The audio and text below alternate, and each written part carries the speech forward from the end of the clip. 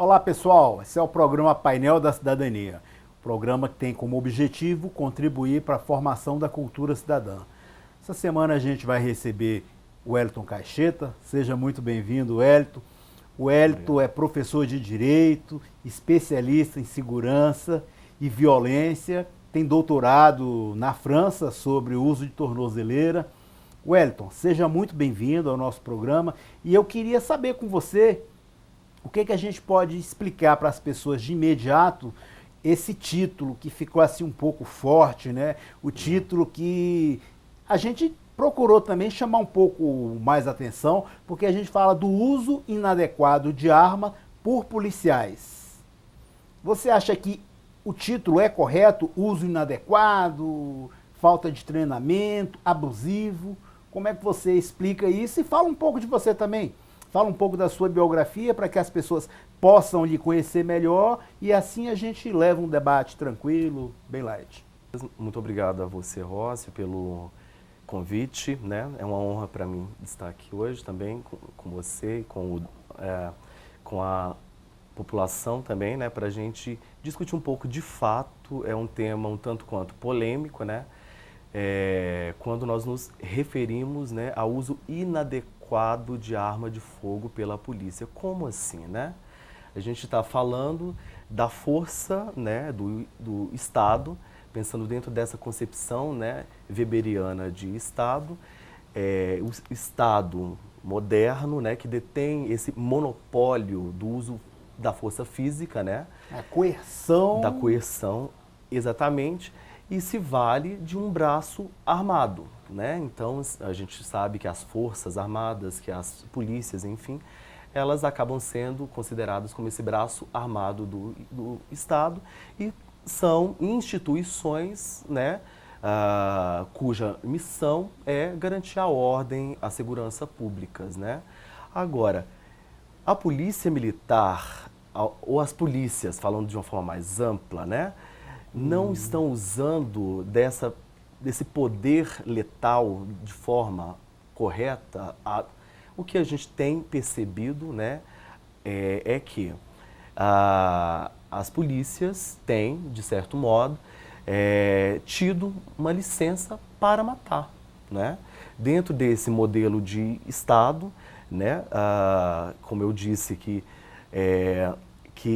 puxa para si, né, esse monopólio de uma violência, né, as polícias acabam, muitas vezes, não, né, utilizando desse poder-dever dentro desse modelo de Estado e acabam incorrendo em arbitrariedades, uso abusivo da força, né, e outras violências, né, violências policiais, enfim.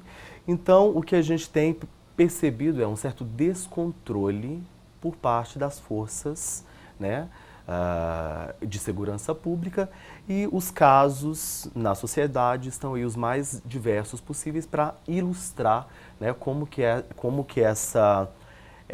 esse poder letal tem sido usado em primeiro plano, às vezes nem pensando, né, em outros meios não letais de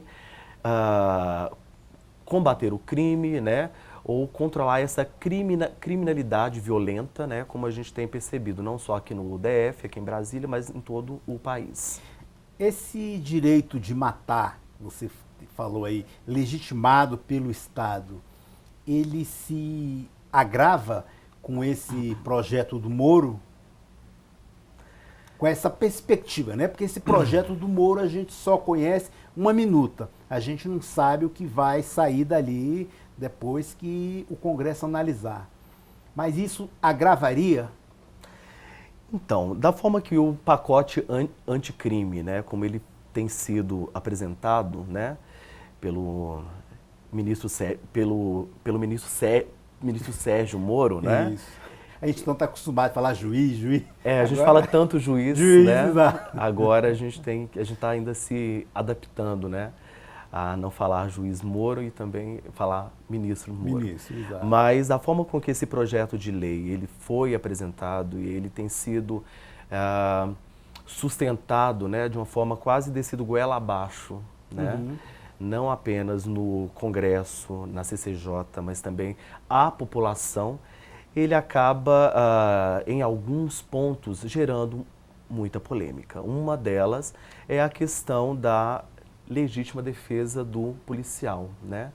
Aquela questão do excusável medo, susto ou violenta emoção como argumentos para que o policial, né, após a sua ação, ele alegue legítima defesa. É verdade. Então isso acaba, de certo modo, gerando bastante polêmica, dentre outros vários pontos, né, que esse pacote traz. De certo modo, ele atinge, a gente sabe que encoberta, né, caso ele passe, claro, vai acabar encobertando a ação arbitrária da polícia, né, e também acaba servindo, de certo modo, como um álibi para o que a gente sabe que hoje acontece no Brasil, que é uma política criminal implícita entre aspas, porque, né, de certo modo, a gente sabe que isso não está em diretrizes, mas isso não está na lei, enfim, mas a gente sabe como, pelo modus operandi das forças policiais, enfim, e de onde vêm as ordens. Instruídos. Exato. E de onde partem as ordens também acaba gerando o quê? O extermínio da juventude negra e pobre no Brasil, que é o que hoje a gente conhece. Eu sei que muitas pessoas veem com uma certa resistência a esse termo, mas para mim está claro, evidente, que o que ocorre hoje é um genocídio da juventude negra e pobre no país. Basta nós olharmos para os dados, estatísticas, né? E como é que a gente pode tentar explicar isso para a população? Lembrando que você de casa pode rever esse e outros programas através do nosso website, paineldacidadania.com.br. Pode solicitar através de mensagem de WhatsApp 61 99 811 4665 e também nas nossas redes sociais. YouTube, Facebook, todas são Painel da Cidadania. Como ele falando, como é que a gente pode demonstrar para a sociedade? Mostrar em dados, em algo palpável, que as pessoas de casa possam entender que esse processo se dá para um extermínio de uma população negra e jovem.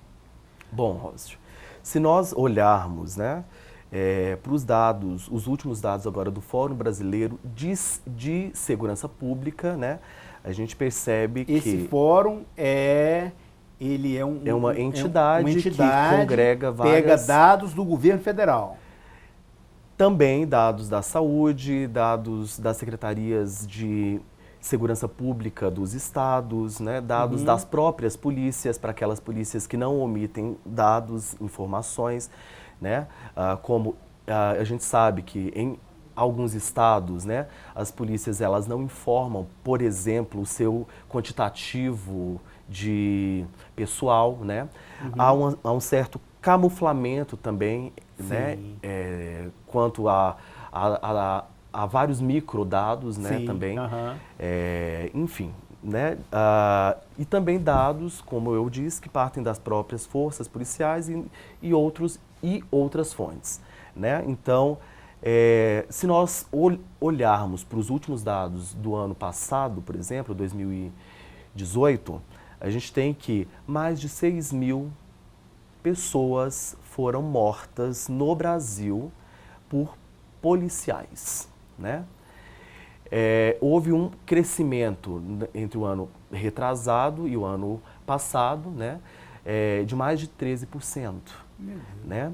O que de 2017 equivale a 2018, um crescimento de 17%. Exatamente, o que equivale a quase 1.000 mortes a mais.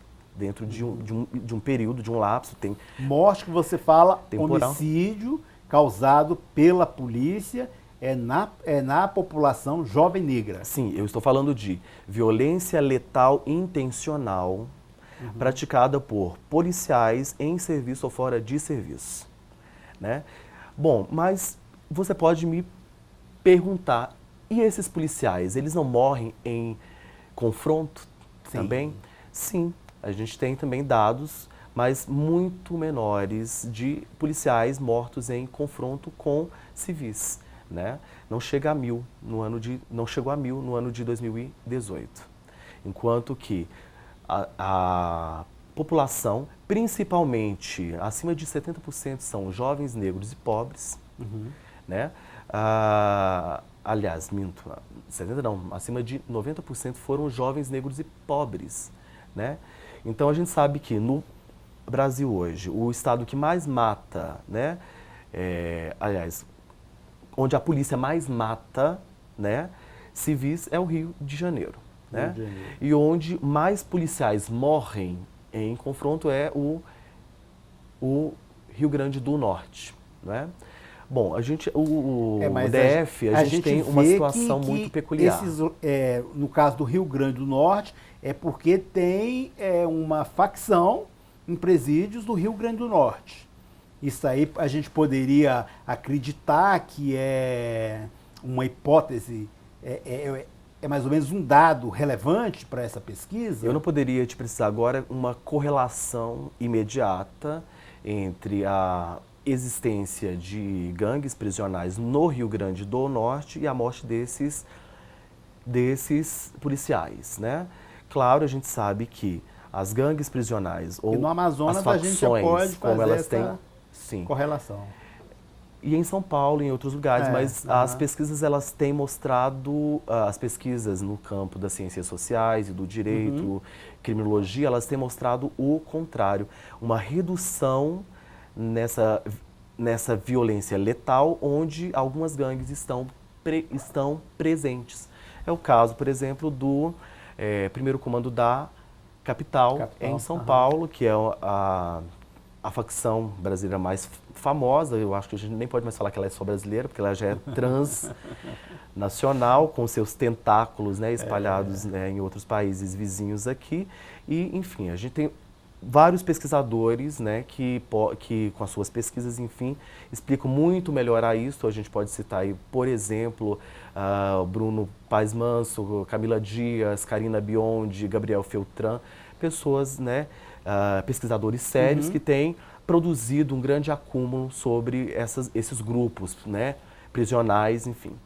Mas, voltando ao gancho quanto à morte desses policiais no norte, existem diversas causas, né, em confrontos, não necessariamente envolvendo ou dentro ou fora do sistema prisional.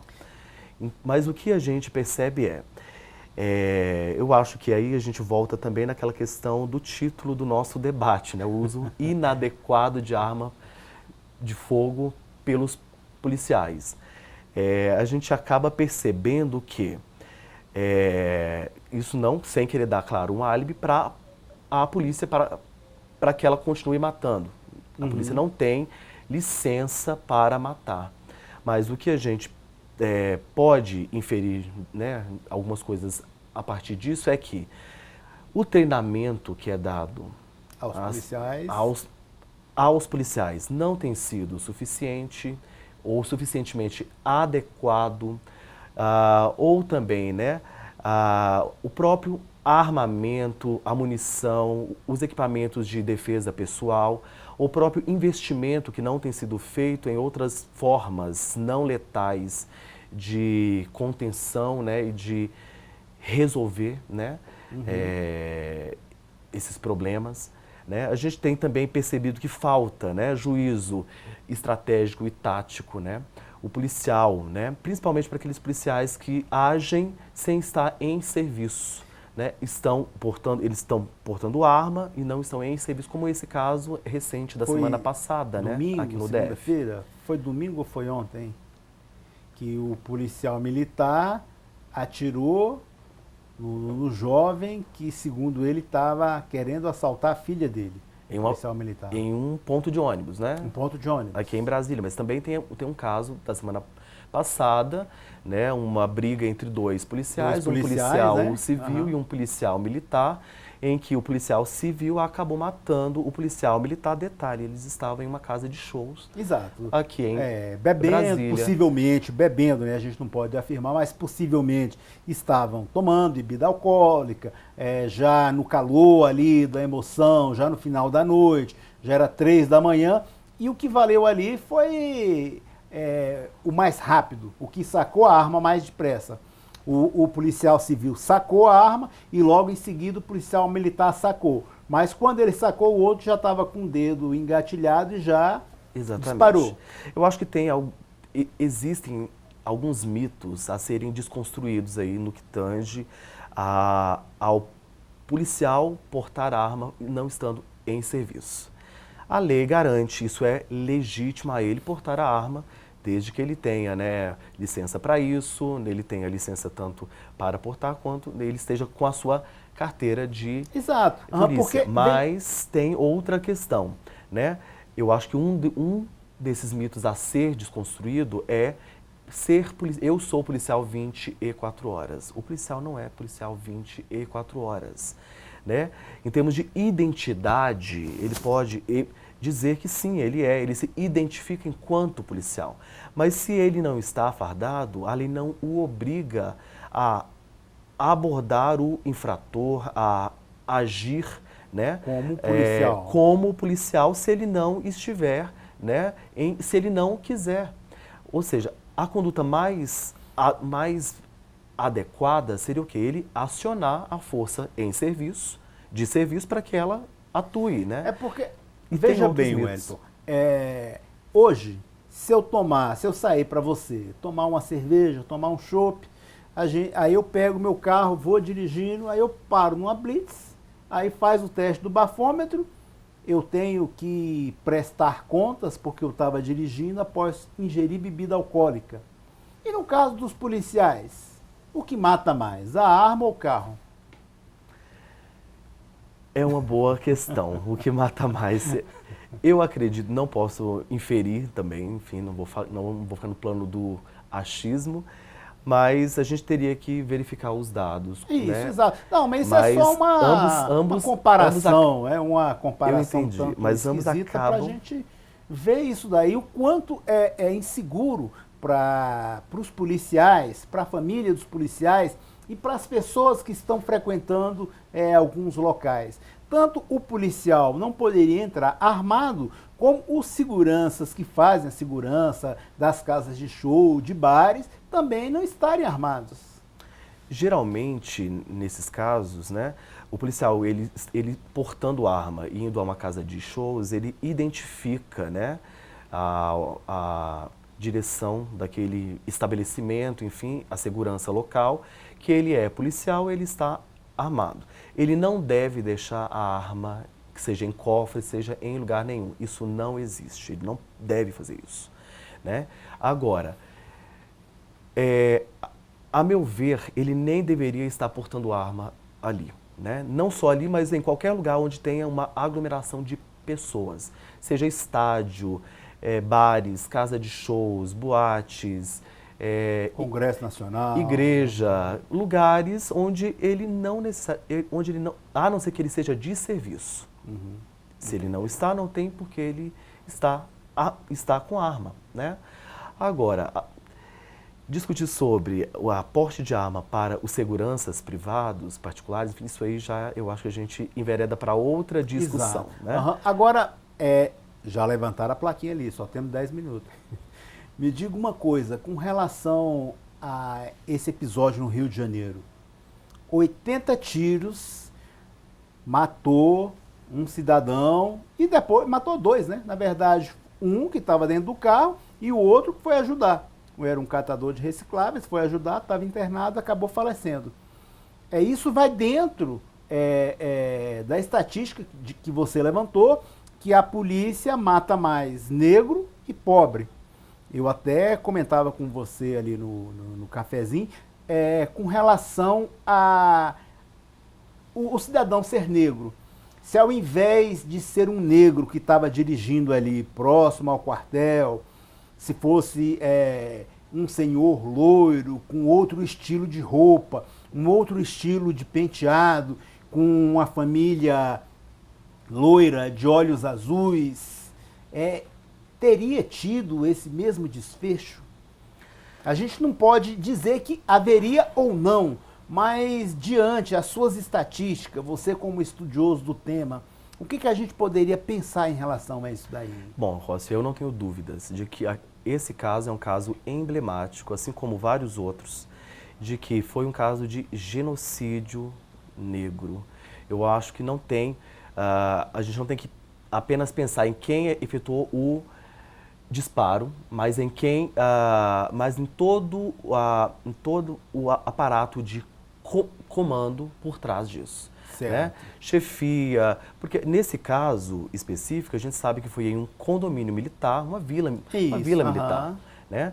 Em que um cidadão passando ali, ele foi alvejado com 80 tiros. Olha a desproporcionalidade inaceitável, né? Ainda que fosse um bandido em fuga, 83 tiros não justificaria aquele tipo de abordagem. Jamais, né? Então, tem essa questão do excesso, da desproporcionalidade, não teve resistência, também tem que verificar, né, o tipo de arma, né, a munição, enfim, se foi apropriado ou não, mas nada disso justifica 80 tiros, né? Ainda mais em um cidadão, né, que sendo negro, a polícia já o vê diferente, né? Como a gente falava há pouco ali fora no nosso café, como você disse, em uma pesquisa nacional, né, que nós fizemos, a gente identificou que nos manuais, ou nos POPs, como são chamados, né, são os manuais de procedimento operacional padrão, em que instrui os policiais a como agir em determinadas situações, enfim, não me causou grande estranhamento sempre quando tinha foto ilustrando, né, aquele procedimento para aquela situação específica, né, o suposto bandido ou meliante era sempre uma pessoa negra. Uhum. E o policial, às vezes era negro, às vezes era uma pessoa branca, enfim tal, mas o suposto bandido era sempre uma pessoa negra. Então, isso mostra o quê? Uma construção simbólica que é feita ainda dentro das Forças Armadas, dentro das polícias, quanto a uma construção social de um suposto bandido, né? Uhum. Então, os policiais, eles são levados também de forma, né, simbólica, né, a acreditar que essas pessoas elas são suspeitas. Uhum. Eles devem suspeitar de quem é negro. Então isso é o cúmulo, isso é um absurdo, uhum, né? Pela quantidade de melanina, o camarada passa a ser isso suspeito. Passa por onde? Isso passa pelas academias de polícia, pelos centros de formação. E os nossos policiais, eles ainda estão... Eu estou falando das polícias militares, mas a gente pode estender isso a como que ocorre também outras seletividades dentro das outras, né, polícias. E o que você poderia sugerir para que as nossas academias, sejam militares, civis, federal, colocasse nos seus treinamentos, incluísse ali para que pudesse ir melhorando esse tratamento com as pessoas, esse estilo de abordagem, uso de armas, além do qual você já falou, né, que um instrumental que não está adequado à necessidade deles e também o tempo de duração, o estilo de treinamento não é suficiente. O que você poderia sugerir que pudesse melhorar isso daí? Olha só, Rossi, não existe resposta simples para questões complexas, né? Ou respostas curtas, né? Uhum. Mas o que a gente pode dizer é que as polícias, elas precisam passar por uma mudança estrutural, né? aquela velha máxima, né? E aí eu digo isso enquanto ex-policial, aquela máxima de que você vai aprender a ser policial na rua, isso não existe. A gente hoje tem uma nova realidade, uma nova sociedade que demanda das forças policiais uma nova polícia profissional. Né? Então, essa questão do profissionalismo das polícias, uma polícia cujo gargalo de ação, atuação, enfim, o escopo, né, é muito mais amplo do que apenas cuidar do crime, da segurança pública, né, combater o crime. Ou seja, a gente está falando de uma polícia hoje, independente de qual seja ela, que deve focar hoje a questão preventiva, né, além da ostensiva, mas o foco hoje deve ser na prevenção, né? Então a gente está falando de uma nova polícia que deve focar na profissionalização, um novo perfil, né? E a gente volta naquele ponto polêmico, na desmilitarização. Eu acho que a desmilitarização, a unificação das polícias, isso é também um caminho de viabilidade para essa mudança estrutural da qual a sociedade brasileira hoje ela espera e ela requer das suas forças policiais, né? Então é uma nova polícia para um novo modelo de sociedade. E outra coisa, a gente acaba hoje, a sociedade com esse clamor por posse e porte de arma, né? A gente acaba, eu acho que caindo em uma conclusão, nem quem é treinado para ter o posse e o porte de arma de fogo... Era uma analogia que eu queria fazer. A tem gente viu total o caso controle dos sobre as policiais armas. E o pessoal do Exército, que fez esse massacre. Né? Exato. Então, se nem quem é treinado, ou deveria ser treinado, para saber manusear, lidar com esse instrumental letal, né, consegue fazer isso da forma mais correta possível e acaba não tendo total controle, impossível, né? Por mais profissional que, né? Não é armando a sociedade, o cidadão, né? Entre aspas, de bem, né? Que vai acabar com a criminalidade ou que vai conferir à sociedade uma sensação de segurança, né? Existem pesquisas nos Estados Unidos, em Stanford e outros centros de pesquisa que mostram que o fato de uma família ter uma arma em casa aumenta em até 5 vezes a chance de acontecerem violências, não apenas crimes, né?